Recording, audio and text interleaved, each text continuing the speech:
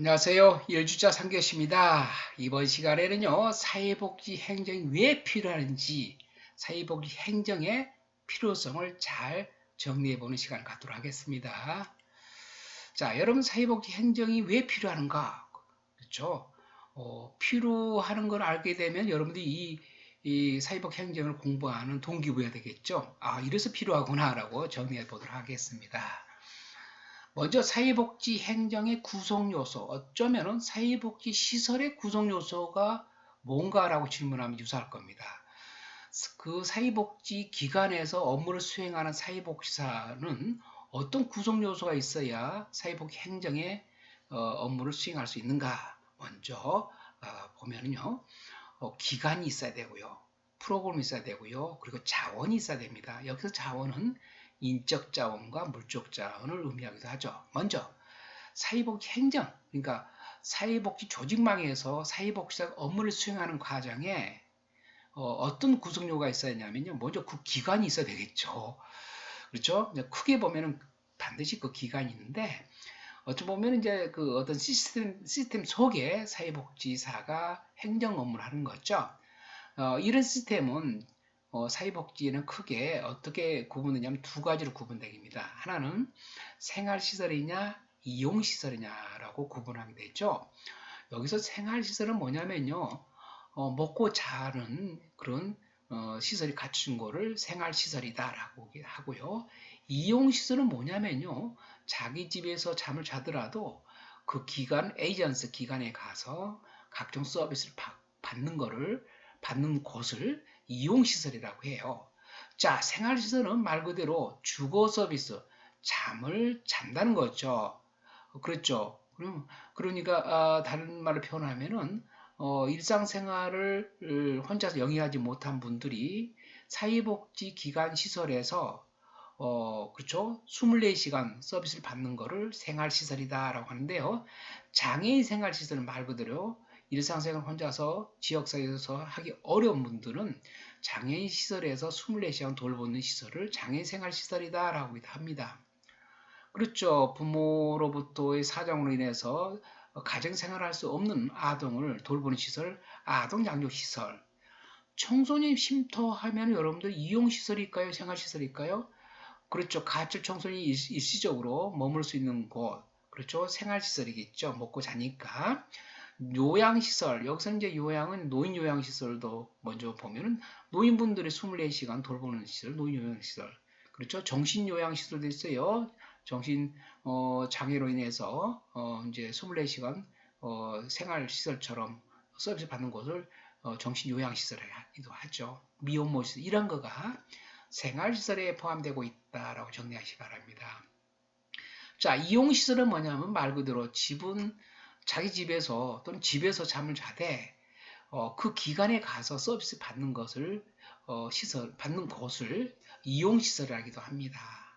자, 물론 자기 집에서 거주하면서 서비스를 받고 있지만 때로는 단기간 거주하는 시설도 이용시설에 포함될 수 있어요. 예를 들면 단기보호시설, 노인 요양 같으면은 집에서 이제 자기 집에서 거주하다가 자녀분들이 멀리 직장 가거나 해외여행 가거나 잠시 동안 돌보지 못했을 때는 단기보호를 하죠. 보통 15일 정도. 이러한 것도 때로는요, 단기적인 시설이기 때문에 이용시설에 분류하는 학자들도 많아요. 자, 구체적으로 한번 설명하면요. 지역사회복지관. 여러분들 보면은 종합사회복지관이라는 말 들어보셨죠? 그렇죠? 주로 이제 지역사회 여러 가지 아동, 청소년, 가정, 노인 등 종합적으로 지역사회 문제를 조사해서 발견하면은 복지관에서 그 문제 해결하기 위해서 개입되죠. 이런 곳이 이용한다는 것은 자기 집에서 머무르면서 이 지역사회 복지관의 다양한 사업을 서비스를 그렇죠 상담을 받을 수 있는 곳이기 때문에 이용한다 이용시설이죠. 장애인 복지관입니다. 장애인분들도 장애인 복지관을 이용해서 여러 가지 직업재활, 상담, 그렇죠. 각종 여러 가지 여가 프로그램을 제공받는 시설이 장애인 복지관이잖아요. 이런 것도 생활시설이 아니라 이용시설에 해당한다라고 봅니다. 노인복지가, 그렇죠. 노인분들이 남은 시간 어떻게 해요? 이 노인복지관에서 여러 가지 유익한 시간을 보낼 수 있는 거죠. 보면요, 노인복지관에 노인분들이 너무너무 재밌게 놀아요. 다양한 프로그램과 다양한 노인분들이 좋아하는 여가 프로그램이 있어요. 이런 곳에 유익하고 건강하고 또 정말 행복한 노인복지관의 서비스를 제공받을 수 있죠. 청소년 상담센터, 지역아동센터, 재가복지센터, 주간보호센터. 그렇죠. 이런 곳의 시설을 이용시설이다라고 정리하시기 바랍니다. 그리고 사회복 행정을 하려면요, 프로그램이 있어야 돼요. 프로그램은 뭐냐면 하나의 사업이라기도 하고요. 때로는 사회복지기관에서 가장 중요한 주요 업무다라고 정의 내릴 수 있어요. 자, 프로그램 뭐 쉽게 말하면 복지가 필요한 사람, 클라이언트라고 하죠. 클라이언트에게 서비스 기술을 직접 전달하는 구체적인 메커니즘이에요. 그러니까 뭐냐면은 프로그램은 결국은 클라이언트를 위해 만들어 놓은 하나의 단위 사업이다라고 보시면 될 것 같습니다. 정신건강복지센터에서요, 슈사이드, 자살을 하고자 생각한 사람들, 이 자살을 생각한 사람들은 그 생각이 많을수록 자살을 시도하거나 행동하기도 해요. 이런 거를 생각을 많거나 또 시도했던 사람들, 이를 자살을 사전에 예방하기 위해서 하나의 프로그램이 있잖아요. 이걸 자살 예방 사업이라고 하잖아요. 이런 사업이 프로그램에 해당하는 거죠. 그리고 사회복지관의 이용 가족 지원 프로그램, 그렇죠? 장애인 바우처 사업. 장애인 바우처라면 장애인들이 일상 사회생활 하는데 필요한 이동, 또 학습 보호조, 그렇죠? 다양한 일상생활에 도움 받을 수 있는 장애인 바우처가 있잖아요. 이런 것도 사업도 결국은 장애인을 위한 하나의 주요 사업이잖아요. 그렇죠? 이처럼 프로그램이 사회복지기관에서 있는 사업을 프로그램이라고 하는데 이는 사회복지행정의 한 구성 요소다라고 정리하시기 바랍니다. 인적 자원과 물적 자원이 있습니다. 인적 자원은 뭐예요? 사회복지 조직 안에서 그 어떤 주요 사업을 하려면은 뭐가 필요하죠? 전문가들이 필요하고 자원봉사 필요하고 그렇죠? 거기에 또 복지가 필요한 서비스 필요한 클라이언트가 있겠죠. 그렇죠? 인적 자원은 그러한 사람으로 구성된 것을 인적 자원을 합니다. 그래서 사회복지기관에서는요. 이 자원봉사자를 잘 관리해서 고급 자원봉사분들이 각 영역에서 많은 활동을 하기도 합니다. 이거를 사회복지사가 인적 자원을 잘 관리하기도 하죠. 또 관리자도 있습니다. 그렇죠. 관료책이다 보니까 슈퍼바이지에게 적절한 교육적 지지, 행정적 지지, 그리고 임상가로서 잘 할 수 있도록 격려하고 지지하는 관리자가 있죠. 그리고 일선 사회복지사가 있고요. 때로는 그 시스템에는 행정가가 있기도 합니다. 행정가는 그렇죠. 아까 말씀처럼 조직의 전반적인 조직 운영할 수 있도록 도와주는 행정가도 포함되겠죠. 이처럼 시스템을 사람을 구성된 것을 인적 자원이라 하기도 합니다. 그래서 여기서 특히 사회복사는요. 클라이언트를 잘 공감하고 클라이언트를 이해를 하고 클라이언트가 뭐가 문제를 잘 사정한다 그죠? 진단한다라고 의사는 말하는데 사회복사는 사정합니다. 뭐가 문제지라고 잘 사정해서 그 문제는 답이 필요하죠. 그래서 그 문제를 해결하기 위해서 사회복지사가 개입하고요. 그 개입 과정에 많은 관리자로부터에 대한 코멘트를 받기도 하고 또 다른 전문 자원봉사에 도움받기도 하고 또 지역사회 친인척이나 지지적 지원해준 지역 주변 사람들한테 도움받기도 하죠. 이런 거가 사회복지사가 주변에 많은 인적 자원을 통해서 문제를 해결하는데 활동을 하게 되죠. 이런 인적 자원이 사회복지 행정의 한 구성 요소에 포함되죠.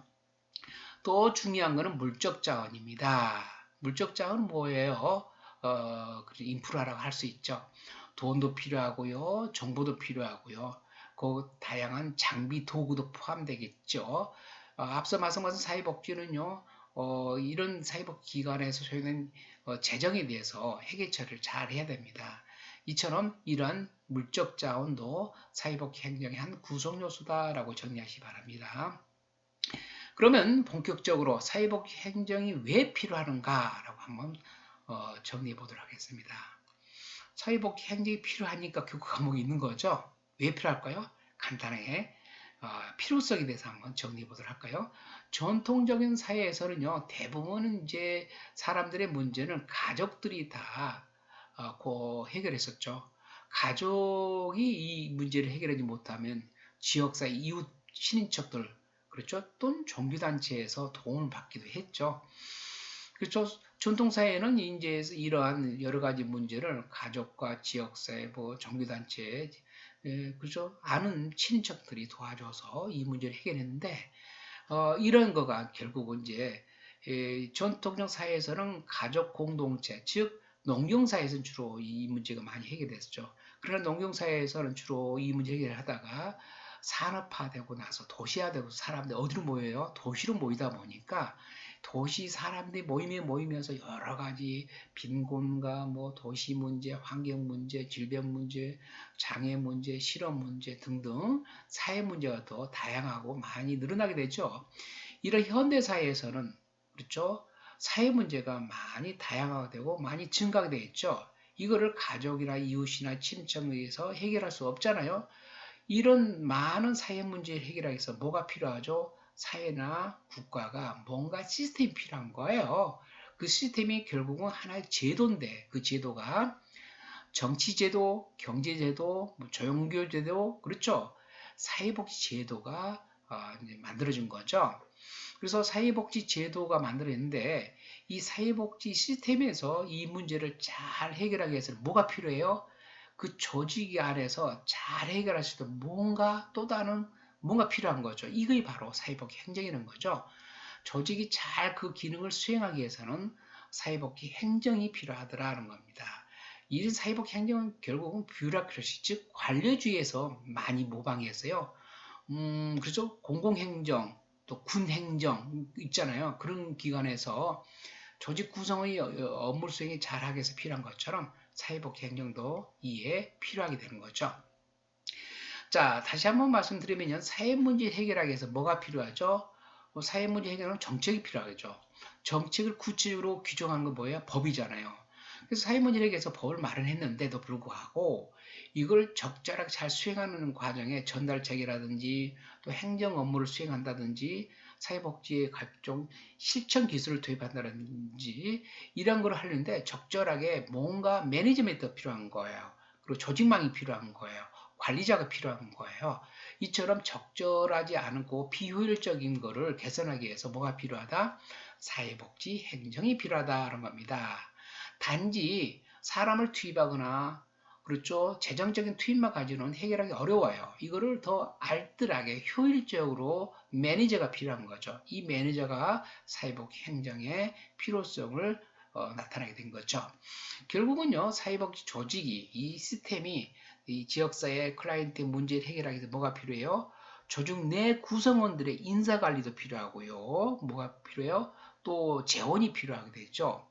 그리고 의사 결정할 수 있는 지시 같은 거, 또 적절하게 부서별 협조하는 코디네이션 할 수 있는 조정이 필요하기도 하고요. 협조하기도 하고, 또 이 잘했는지 못했는지 받아야 되잖아요. 그렇죠? 이런 전반적으로 효과적으로 잘 수행하기 위해서는 뭐가 필요하더라? 사회복지 영역에 사회복지 분야의 행정이 필요하게 된 거죠. 자, 이렇게 사회복 행정이 필요했는데 미국에 윌렌스키 그리고 르포라는 학자가 있습니다. 미국의 사회정책학자인데요. 미국의 사회복지를 다 들여다봤더니 두 개로 크게 구분하더라라고 정의를 내립니다. 하나는 자녀적 복지와 제도적 복지로 구분했다라고 합니다. 자녀적 복지는 뭐냐면은 가족이 먼저 해결해야 됩니다. 가족 내 문제는. 그리고 이 가족이 못하면요, 시장 내에서도 자연스럽게 시장 원리의 수요 공급에서 해결해야 돼요. 근데 이 개인의 결핍되고 부족하고 그렇죠 채워지지 못한 니즈 욕구를 가족과 시장에서의 해결해야 되는데 이 해결하지 못했을 때에 결국은 국가나 사회가 부분적으로 보충적으로만 이렇게 지원하고 공급하고 도와주는 시스템을 발견하게 된 거죠. 이거를 자녀적 복지다라고 합니다. 그렇죠? 윌렌스키와 르포는요. 사회복지의 겉으로 나타나는 외형상 모습이 자녀적 복지와 제도적 복지로 나타나더라라고 구분지었죠. 이 자녀적 복지는 다른 말하면은 보충적 복지라기도 하기도 하고요. 선별적 복지라기도 하죠. 주로 여기서는 뭐냐면 민 테스트라고 해서 자산 조사를 합니다. 이 파이가 예산이 그렇죠? 재원이 한정되어 있기 때문에 다 나눠줄 수는 없어요. 파이를요. 그래서 어떻게 해요? 자산조사, 재산과 소득을 조사해서 일정 기준 이하에 낸 사람에게만 복지가 필요한 사람에게는 선별적으로 부족한 만큼 보충해서 나머지를 준다 해서 자녀적 복지라고 하기도 하죠. 이럴 때는 뭐예요? 사회복지를 가족이나 시장 내에서 해결하지 못한 거를 그렇죠? 국가나 사회가 보충적으로 도와주다 보니까 하나의 시녀적 도구로서의 역할을 밖에 못하는 거죠. 어디서 시장과 가족이 그러다 보니까 자녀적 복지는 제한적이기도 하죠. 그러다 보니까 예산에 대해서는 효과성 그렇죠? 그렇죠. 효과성도 좋고 효율적으로 잘 측면에서 기여한다라고 보기도 하지만 오늘날 보면요 자녀 복지는 스티그마라는 낙인을 주기도 하죠. 무슨 말이에요? 많은 사람들이 있는데 저분은 국가의 도움을 받고 있다라고 눈에 띄기 때문에 낙인감, 부끄러움을 주기도 하죠. 예를 들면 무상급식을 하는데 가난한 아이들만은 무상급식을 공짜로 한다 그러면 어떻게 해요? 저는 가난한 아이구나라고 어렸을 때부터 이제 부끄러움이나 낙인을 주게 되죠. 그래서 오늘날은 무상급식이 어떻게 해요? 보편적 복지, 제도적 복지 누구나 연령대 되면은 국가나 지방자치에서 서비스 제공한다라고 많이 바뀌고 있죠. 자, 자녀적 복지만 있는 거 아니라 윌렌스키와 르포는 봤더니 제도적 복지도 있더라라고 구분시키죠. 제도적 복지는 뭐죠? 누구나 다 같이 규범, 기준에 따라서 다 서비스를 제공하더라는 거죠. 어떻게 보면은 전반적 국가가 그렇죠? 이런 사회복지 서비스를 누구나 쉽게 그렇죠. 차별하지 않고 누구나 쉽게 다 제공하는 것을 제도적 복지다라는 거죠. 자녀적 복지하고는 정반대죠. 자녀적 복지는 필요한 사람만 조사해서 제한된 한정된 파일을 나눠주는 반면에 제도적 복지는 그렇죠. 이 요건만 갖추면 누구나 차별하지 않고 제공하는 거죠. 그렇죠. 오늘날 제도 복지가 많이 늘어나고 있죠. 예를 들면 치매 노인이 많이 늘어나고 있는데 전에는 치매 노인 같으면요. 국민기초생활보장 수급자거나 그렇죠. 보호자가 없는 사람들 국가가 지방자치단체에서 노인 요양시설을 설치해서 제한적인만 자녀적으로 입소를 했었잖아요. 그러나 오늘날은 노인 인구가 늘어나고 있기 때문에 선별적 복지까지는 충족을 못해요. 그래서 많은 민간기관에도 늘어나고 있고 또 국가에서 직영을 운영하는 또는 사회복지 법인에서 운영하는 시설이 늘어나고 있잖아요. 이러한 기관에서도 치매만 또는 치매만 혼자서 생활할 수 없는 중증이다 그러면요. 이런 시설에 들어갈 수 있게끔 어떤 부양 의무자나 자기가 가지고 있는 재산 정도, 자산 조사를 받지 않고도 전문가가 등급 판정에만 기준에 적합하다면 누구나 그런 등급 판정이 맞으면 서비스 이용할 수 있게끔 제도적 복지, 보편적 복지로 많이 바뀌고 있다라고 정리하시면 될 것 같습니다. 다음 사회복지 행정의 이념입니다. 사회복지 행정은요 효과를 중요시해야 되고요, 같은 돈을 효율적으로 써야 되고요, 누구나 차별하지 공평하게 접근해야 되고요, 또 접근 편의성도 있어야 합니다. 몸이 불편하신 분들이 쉽게 접근할 수 있도록 해야 되겠죠. 자, 결국 사회복지 행정은 접근성이 있고 우선순위를 결정해야 돼요. 앞서 말한 보편주의와 선별주의가 그런 겁니다. 누구나 다 자격 요건이 갖춰져 있고 다 제공하는 거. 선별주의는 정말 필요한 사람만 주는 것 때문에 그렇죠? 어떤 자격 제한 요건가 좀 까다롭죠. 이렇게 구분하기도 합니다. 보편주의와 선별주의는 이미 앞에서 말씀한 것처럼 제도주의는 보편주의의 개념이다라고요. 선별주의는 보충적인 개념의 복지다라고 정리하시면 될 것 같습니다. 자, 한번 심화학습을 정리해 볼까요? 보편주의적 프로그램에서 가는 설명이 옳지 않은 거. 누구나 쉽게 그 요건이 되면은 다 서비스 받는 거. 이거는 어떻게요? 보충주의가 아니라 어떻게요? 제도적인 관점이죠.